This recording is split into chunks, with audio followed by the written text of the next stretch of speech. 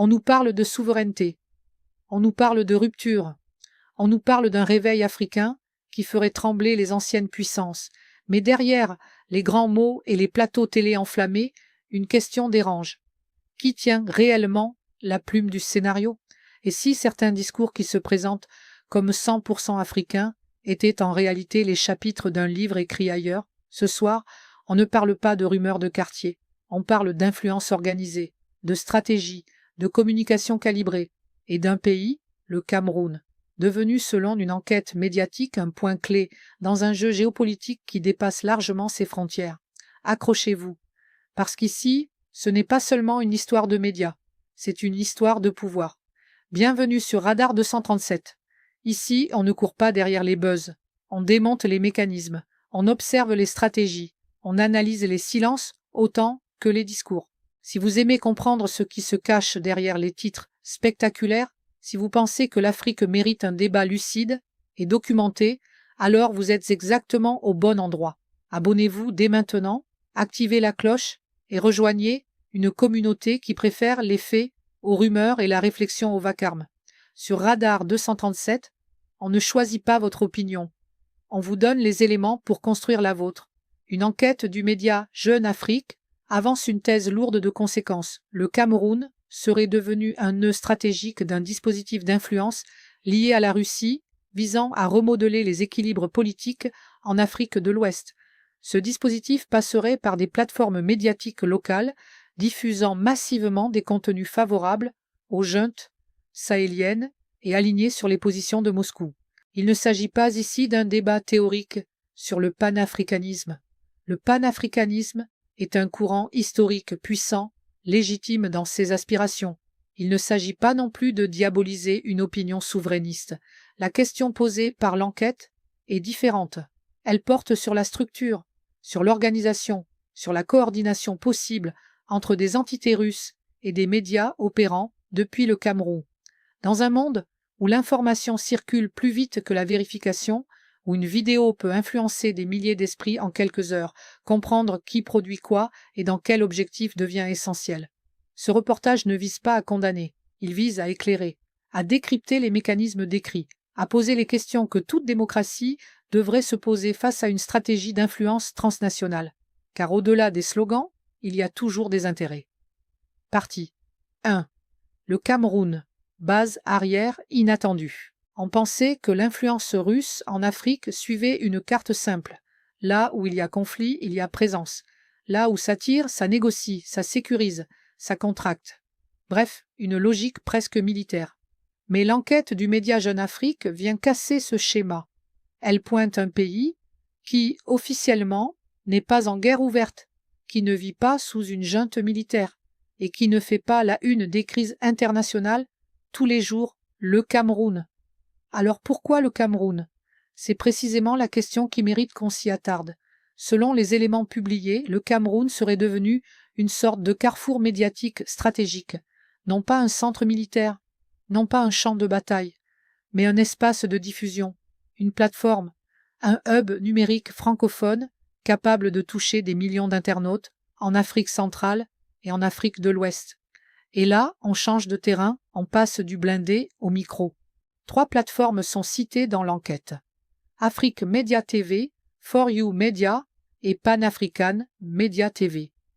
Ces médias ont un point commun, une ligne éditoriale fortement critique envers les puissances occidentales, particulièrement la France, et un soutien affiché aux juntes militaires du Sahel, regroupées au sein de l'Alliance des États du Sahel. Précisons une chose importante. Défendre la souveraineté africaine n'a rien d'illégal. Questionner les relations avec les anciennes puissances coloniales est un débat légitime.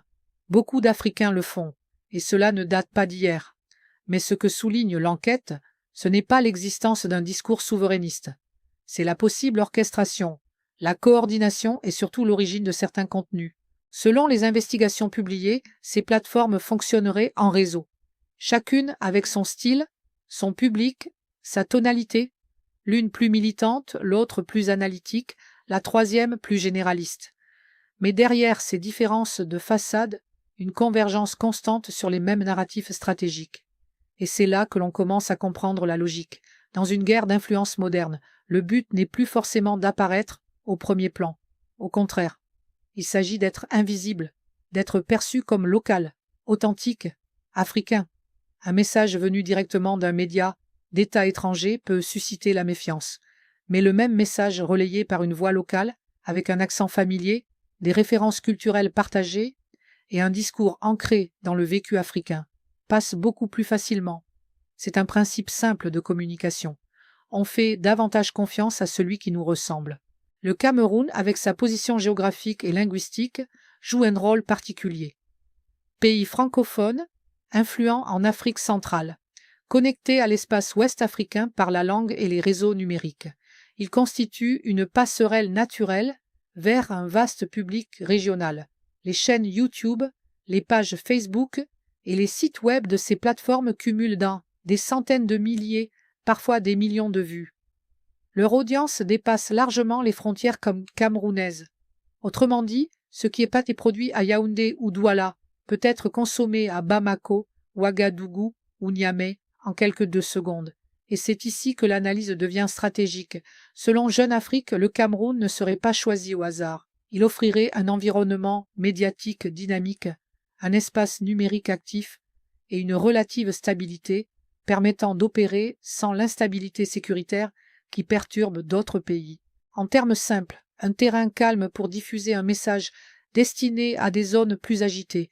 Ce modèle est plus subtil qu'une intervention directe. Il ne s'agit pas d'envoyer des soldats, il s'agit d'envoyer des idées. Et les idées voyagent vite. L'enquête évoque également une coordination technique et éditoriale entre ces plateformes.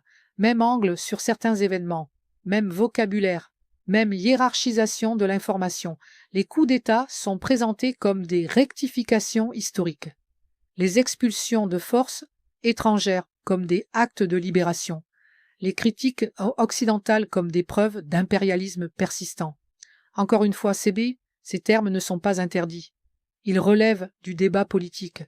Mais lorsque la répétition devient systématique et alignée sur une stratégie extérieure, la question change de nature. On ne parle plus seulement d'opinion, on parle d'influence structurée.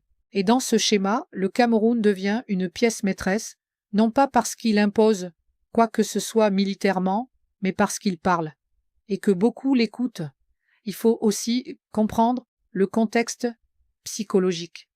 Dans de nombreuses sociétés africaines, le ressentiment post-colonial reste fort. La défiance envers certaines puissances occidentales est réelle. Le discours de rupture trouve un écho. Si un acteur extérieur veut s'implanter dans cet espace, il n'a pas besoin d'inventer un mécontentement, il lui suffit de l'amplifier. C'est ce que décrit l'enquête. Un mécanisme qui capte des frustrations existantes et les oriente vers une lecture géopolitique favorable à Moscou. Le plus marquant, peut-être, c'est que cette stratégie ne cherche pas à imposer frontalement une vision russe. Elle adopte le vocabulaire panafricain. Elle se drape dans les symboles de la souveraineté. Elle parle d'émancipation. Et c'est précisément ce qui la rend efficace. Car le public n'a pas l'impression de consommer un message étranger. Il a le sentiment d'écouter une voix africaine qui défend ses intérêts. C'est là toute la sophistication du dispositif décrit. Dans cette configuration, le Cameroun n'est pas présenté comme un acteur isolé, mais comme un nœud, un point de passage, un centre de redistribution de contenu et d'idées. Et lorsqu'un pays devient un nœud d'influence, il devient aussi un enjeu stratégique. Ce qui nous amène à une interrogation essentielle: les mécanismes de régulation actuels sont-ils adaptés à ce type d'écosystème transnational? Les lois nationales encadrent des médias nationaux. Mais que se passe-t-il lorsque les contenus visent plusieurs pays à la fois, lorsque la production est locale, l'inspiration extérieure et l'audience régionale? On entre dans une zone grise. Et c'est précisément cette zone grise que l'enquête met en lumière. En résumé, la première révélation forte n'est pas seulement l'existence d'un discours favorable à la Russie, c'est l'utilisation stratégique du Cameroun comme plateforme de diffusion vers l'Afrique de l'Ouest. Un pays stable, connecté, médiatiquement actif. Un micro bien placé peut parfois avoir plus d'impact qu'un bataillon entier. La suite de l'analyse va nous conduire à examiner comment ce narratif est construit, qui l'alimente concrètement et quels liens organisationnels ont été identifiés derrière ces plateformes. Partie 2. La mécanique du narratif. Maintenant que le décor est planté, il faut entrer dans la machine. Pas la machine militaire, la machine narrative, celle qui fabrique les mots, choisit les angles, répète les formules, jusqu'à ce qu'elles deviennent des évidences, parce qu'en matière d'influence moderne, la bataille ne se gagne pas seulement sur le terrain, elle se gagne dans la tête. Selon l'enquête publiée par Jeune Afrique, le traitement médiatique des événements au Sahel sur certaines plateformes camerounaises suit une logique bien précise. Les coups d'État au Mali, au Burkina Faso et au Niger ne sont pas présentés comme des ruptures institutionnelles ou des crises démocratiques. Ils sont racontés comme des actes fondateurs, comme des moments héroïques, comme des chapitres d'une grande reconquête. Les militaires deviennent des soldats de la souveraineté. Les ruptures constitutionnelles deviennent des corrections historiques. Les tensions diplomatiques deviennent des preuves de résistance. Le vocabulaire n'est jamais neutre. Il façonne la perception. Il colore l'événement avant même que le public n'ait le temps d'y réfléchir. Et ce vocabulaire, selon l'enquête, correspond largement au discours promu par le Kremlin sur le continent africain. C'est ici que surgissent des noms peu connus du grand public, mais centraux dans le dispositif décrit. L'organisation Globus Expert Council est mentionnée comme une structure impliquée dans la production ou l'orientation de certains contenus. Elle serait dirigée par Julia Berg, consultante associée à une autre entité appelée Africa Politology. Toujours selon l'enquête, Africa Politology serait liée au SVR, le service de renseignement extérieur russe. Nous parlons ici d'allégations rapportées par un média. Il ne s'agit pas d'un jugement rendu par un tribunal, mais les éléments avancés décrivent un schéma structuré, des contenus produits ou inspirés par des structures proches des intérêts russes, puis relayés via des plateformes africaines à forte audience. Ce qui est de fascinant dans cette mécanique, c'est qu'elle ne fonctionne pas comme une propagande classique. On n'est plus dans l'époque où un État étranger diffuse directement son message sous son propre drapeau. Aujourd'hui, le message se déguise. Il adopte les codes locaux. Il parle avec des références culturelles africaines. Il cite des figures panafricaines. Il évoque les blessures du passé colonial. Et il s'insère dans des débats déjà existants. La stratégie ne consiste pas à créer une colère. Elle consiste à la canaliser. Prenons un exemple précis, l'Alliance des États du Sahel. Sur les plateformes mentionnées, l'AES est décrite comme une rupture salvatrice, une nouvelle ère pour l'Afrique. L'idée d'un front commun contre l'ingérence étrangère est mise en avant de façon constante. Ce récit n'est pas inventé de toutes pièces. Il s'appuie sur un sentiment réel d'exaspération dans certaines opinions publiques, mais ce que souligne l'enquête, c'est la répétition coordonnée du même cadrage, du même angle, du même récit. Quand 3 plateformes distinctes racontent un événement avec le même vocabulaire, les mêmes priorités et la même conclusion stratégique, on n'est plus seulement dans la coïncidence éditoriale, on entre dans la synchronisation. Et la synchronisation en communication politique n'arrive pas par hasard. Un autre élément mis en lumière concerne la présence d'Africa Corps, successeur du groupe Wagner, désormais sous contrôle des autorités militaires russes. Les actions de cette structure sont décrites sous un angle favorable, comme une alternative efficace aux partenariats occidentaux. Encore une fois, ce n'est pas le débat sur la sécurité qui est en cause. C'est la manière dont il est présenté, le choix des experts invités, les sujets valorisés, les silences aussi, car parfois ce qui n'est pas dit en dit long. La mécanique du narratif repose sur 3 piliers simples. Premier pilier, la répétition. Un message répété régulièrement finit par paraître normal. Quand une idée revient chaque semaine, elle cesse d'être perçue comme une opinion parmi d'autres. Elle devient une évidence. Deuxième pilier, l'émotion. Les discours mettent en avant la dignité, l'honneur, la revanche historique. Des thèmes puissants qui parlent au cœur avant de parler à la raison. Troisième pilier, l'identification. Les intervenants sont africains. Les plateaux sont africains, le décor est local. Tout respire l'authenticité.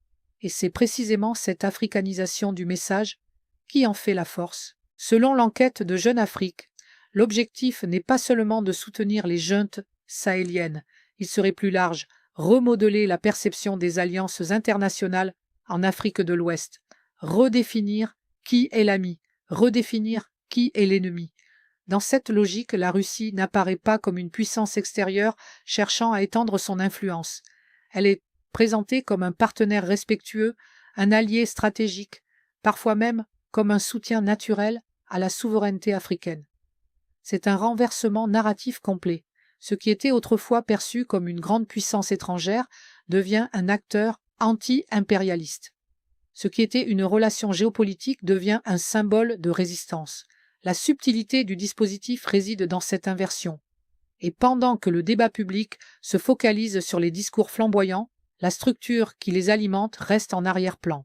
Il faut aussi comprendre que dans l'écosystème numérique actuel, la vitesse compte autant que le contenu.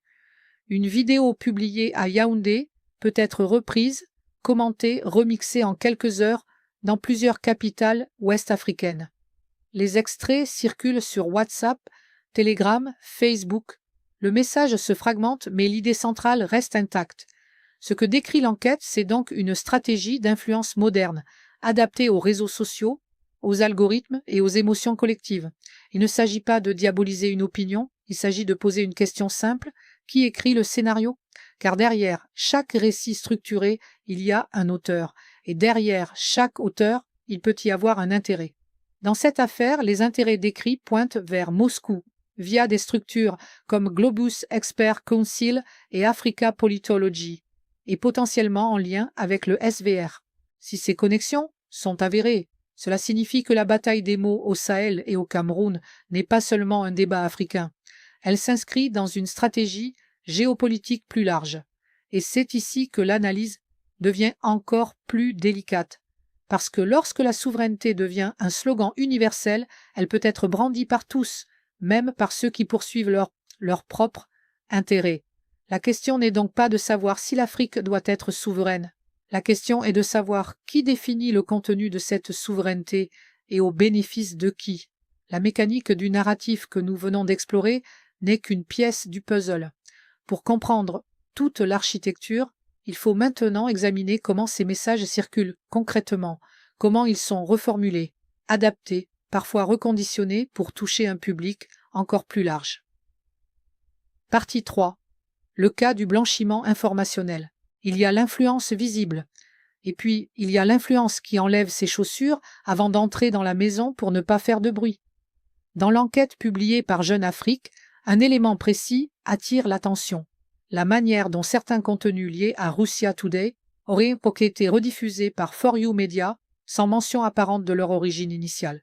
Concrètement, il s'agirait de contenus produits par Russia Today, média d'État russe, soumis à des sanctions internationales dans plusieurs juridictions, puis republiés après suppression du logo et de toute référence explicite à la chaîne d'origine. Le message reste. La signature disparaît. C'est ce que certains spécialistes appellent du blanchiment informationnel. Le terme peut sembler technique, mais le principe est simple. On prend une information produite par une source identifiée. On la nettoie de ses marqueurs visibles, puis on la remet en circulation sous une nouvelle étiquette, plus neutre, plus locale, plus acceptable.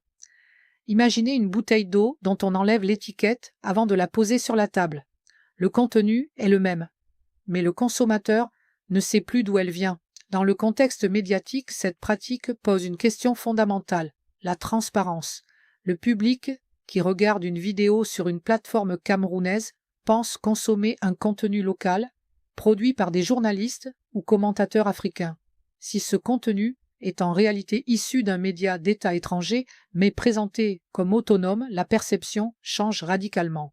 Encore une fois, il ne s'agit pas d'interdire les partenariats éditoriaux. Les médias du monde entier reprennent des dépêches, traduisent des analyses, citent des sources internationales. Cela fait partie du fonctionnement normal de l'information globale. La différence ici, selon l'enquête, réside dans l'effacement volontaire de l'origine. Quand on cite une source, on la mentionne. Quand on traduit un reportage, on le précise. Quand on rediffuse une analyse, on indique d'où elle vient. C'est une règle de base du journalisme. La traçabilité. Si cette traçabilité disparaît, le public perd un élément essentiel pour exercer son esprit critique. Car savoir qui parle, c'est aussi comprendre d'où parle la personne. Dans le cas précis évoqué, la suppression du logo de Russia Today ne serait pas un détail graphique. Elle aurait une portée stratégique. Russia Today étant identifié comme média d'État russe, son contenu peut susciter méfiance ou distance chez certains publics. Une fois l'étiquette retirée, le message circule plus librement. Ce procédé n'est pas spectaculaire. Il n'y a pas de déclaration officielle, pas de communiqué flamboyant, juste un montage vidéo, une republication, un nouveau titre. Mais dans l'écosystème numérique africain, où les vidéos sont massivement partagées sur Facebook, YouTube et via messagerie privée, ce type de pratique peut amplifier considérablement la portée d'un message. Le contenu devient viral sans que son origine ne soit interrogée. Et c'est là que la sophistication apparaît. On ne force pas la porte, on passe par la fenêtre numérique. Selon Jeune Afrique, cette méthode illustrerait une évolution des stratégies d'influence russe en Afrique. L'objectif ne serait plus simplement de diffuser une ligne officielle, mais de la rendre indétectable. C'est un changement de posture. On ne cherche plus à convaincre en tant que Russie, on cherche à convaincre en tant que voix africaine.